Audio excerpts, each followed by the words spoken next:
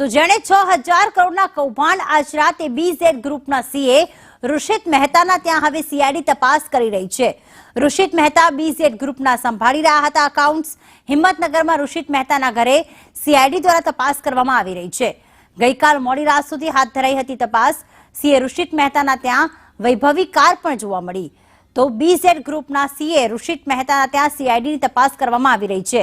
અલગ અલગ દસ્તાવેજો ચકાસવામાં આવી રહ્યા છે, કારણ કે આ દસ્તાવેજોના આધારે આખરે બીઝેડ ગ્રુપ દ્વારા કઈ રીતે પૂરા એકાઉન્ટમાં જે કૌભાંડ આચરવામાં આવ્યા, કોની પાસેથી પૈસા લેવામાં આવ્યા હતા, ક્યાં જાવક હતી, તે તમામ બાબત સીએના દસ્તાવેજોમાં મળી આવતા હોય છે।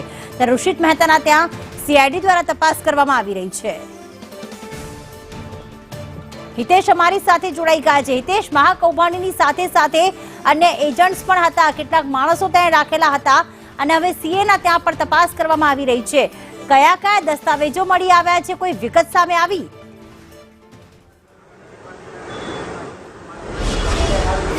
જી પ્રીતિ, એક બાદ એક સાબરકાંઠામાં નવા ખુલાસા થઈ રહ્યા છે।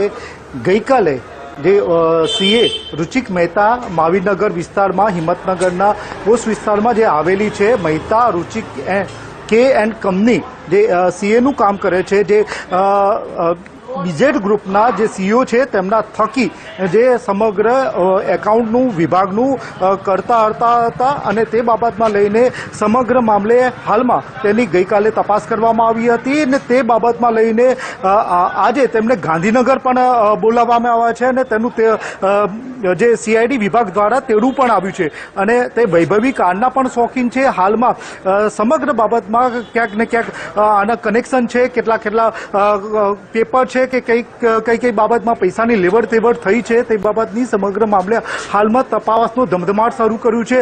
પણ આવનાર દિવસોમાં સમગ્ર મામલે ક્યાંક ને ક્યાંક સીએ સાથે અન્ય નામ પણ ખુલે તો નવાઈ નહીં। જી પ્રીતિ, વિગતો માટે હિતેશ।